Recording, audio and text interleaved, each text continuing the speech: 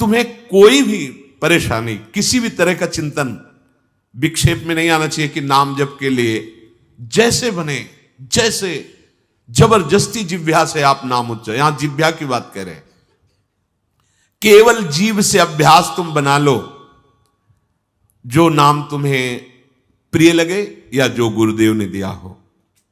जीव के द्वारा प्रभु के नाम की आवृत्ति अगर निरंतर होने लगे तो बहुत जल्दी हृदय के जो पाप वासना मल हैं वो सब नष्ट हो जाते हैं। ध्यान से सुनो इसे। यदि हम बहुत काल तक, पातंजलि जी ने भी कहा, दीर्घ काल निरंतर सत्कार सेवितो दृढ़ भूमि, दीर्घ काल तक निरंतर आदर के साथ नाम जप करे, तो कह रहे जीव के द्वारा प्रभु के नाम की आवृत्ति निरंतर होने से पूर्व के जितने मल हैं, जितने संचित पाप हैं, जितने विक्षेप हैं, वो सब नष्ट हो जाते हैं। अभी तो शुरू ही नहीं किया है, अभी तो विक्षेप ही विक्षेप है, मल ही मल है, और आप कहते हो हमारे दुख दूर हो जाए। नाम जप करो, दुख दूर होने की बात क्या, दुख की निशानी नहीं रह जाएगी। जैसे अगाध समुद्र में मछली किलोल करती है, ऐसे हरि शरण में जो जीव होता है, भजन करता है, उसे अपार सुख मिलता है। सुखी मीन जिमि नीर अगाधा। अब तीसरी बात है, ये बहुत क्रम से जोर की, जैसे स्मृति तो उससे सब कुछ अनुभव होगा, पर उसकी प्राप्ति नाम जप से होगी। अब नाम जप में हमारी रुचि, नाम जप में हमारी भावना पुष्ट हो, उसके लिए कह रहे हैं तीसरी बात बहुत आवश्यक है, भगवान की कृपा पर पूर्ण विश्वास होना। ये तीसरी जो बात है, ये बहुत जोर की बात है, कृपा पर विश्वास हो जाना। भगवान हम पर कृपा किए हैं और उनकी कृपा से हमको निश्चित भगवत प्राप्ति होगी।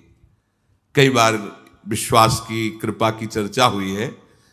ये तीसरी बात बहुत आवश्यक है उपासक के हृदय में, भगवान के कृपा बल से अब मुझे निश्चित भगवत प्राप्ति होगी, इसमें कोई संदेह नहीं है। देखो, पहली बात, स्मृति से सब कुछ प्राप्त हो जाएगा, पर बड़ा कठिन है, क्योंकि स्मृति तो हमारी जगत के भोगों की चल रही, संसार की, देह की। तो बोले नाम जप जो है वो आपकी स्मृति को जागृत कर देगा।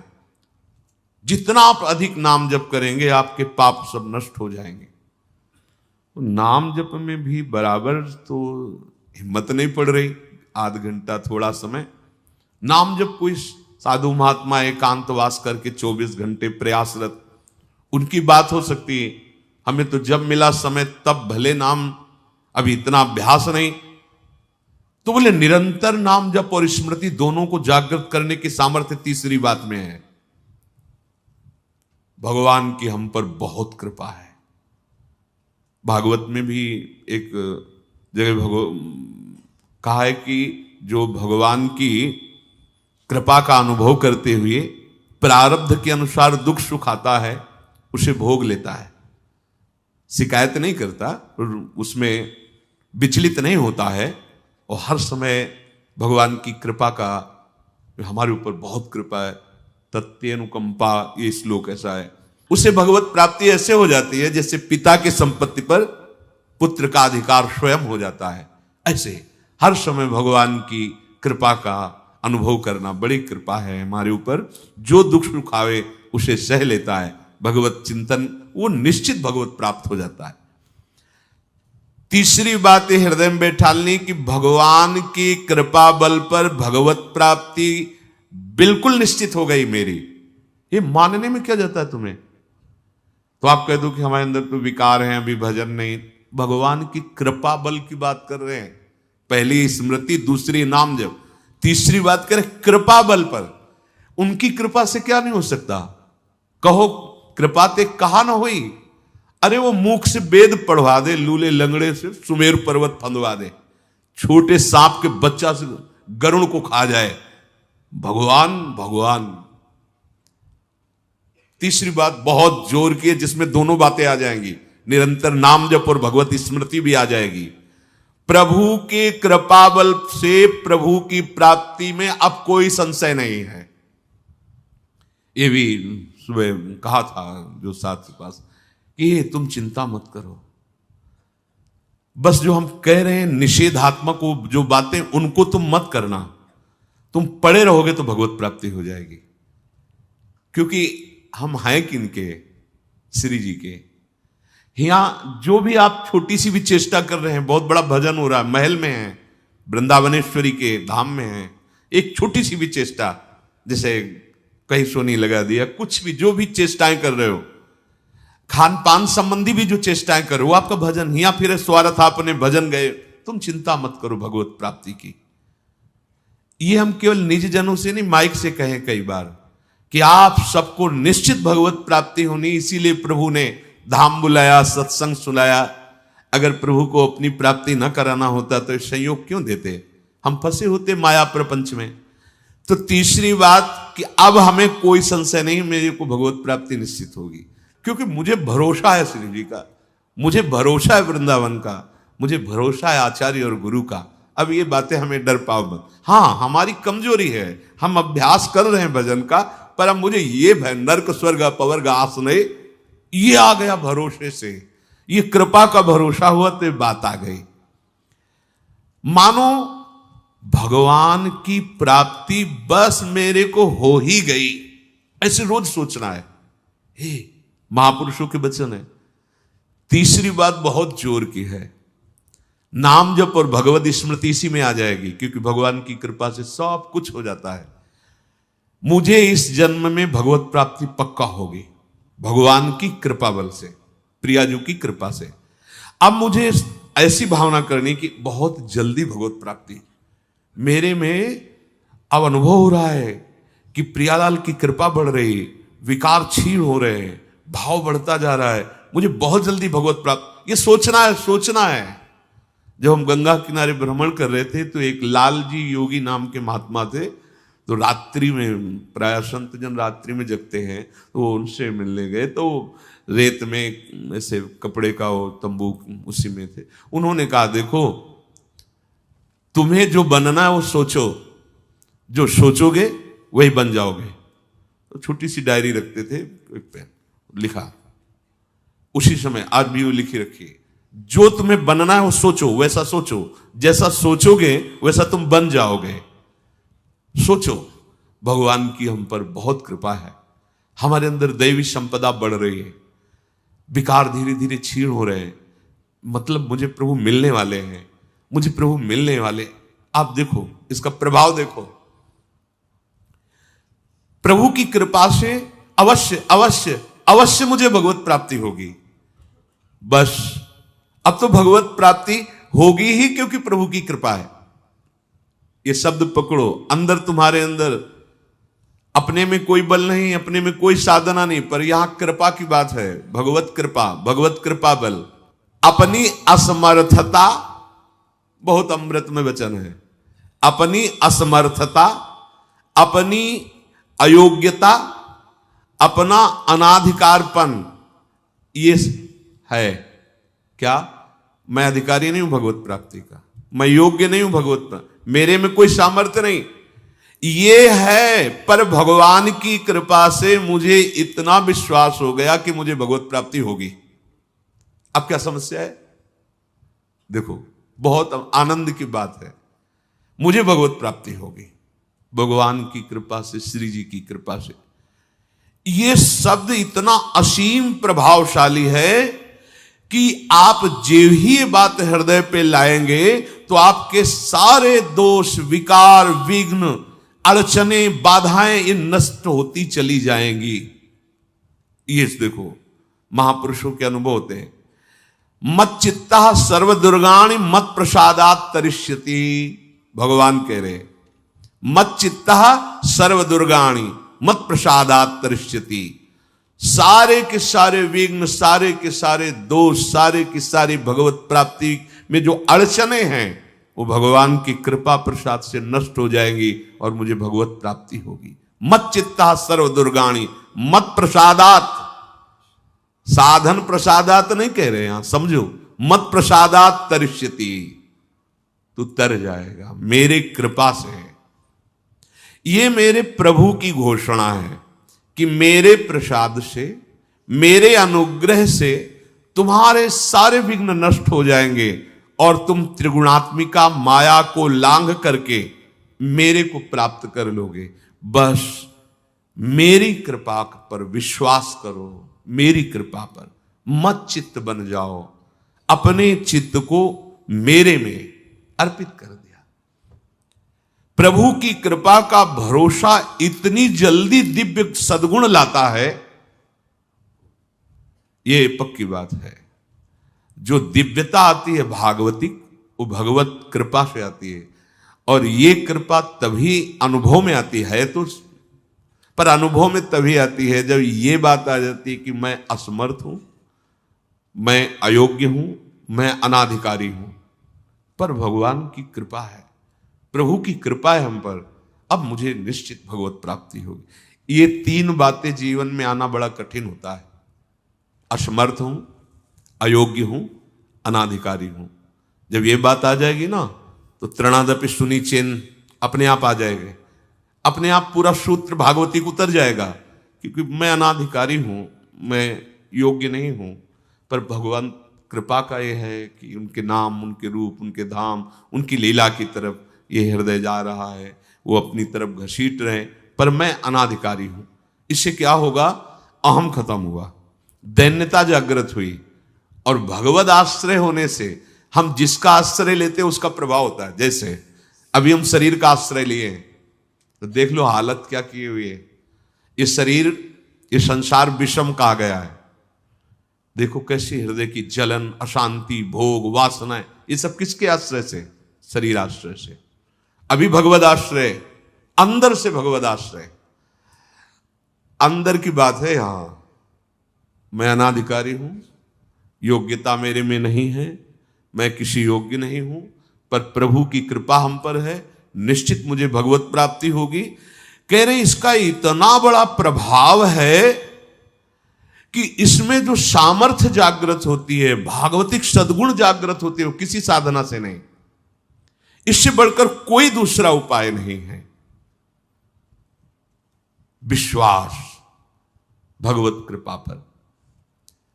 तुलसीदास जी भी महाराज कहते हैं कि वस्तुतः मेरे में कुछ नहीं है, पर है तुलसी प्रतीत एक प्रभु मूर्ति कृपामयी है।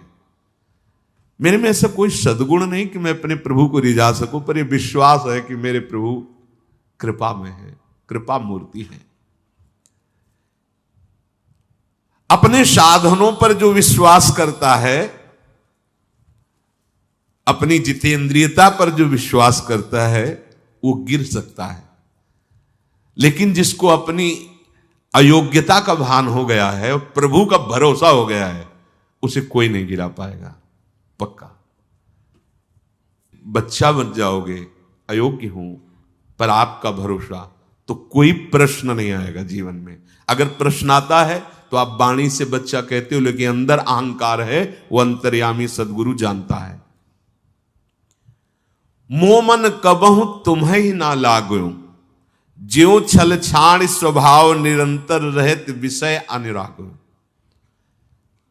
अगर हम अपने साधन की बात करें तो वह अच्छा साधन तो विषय का कर रहा है मन।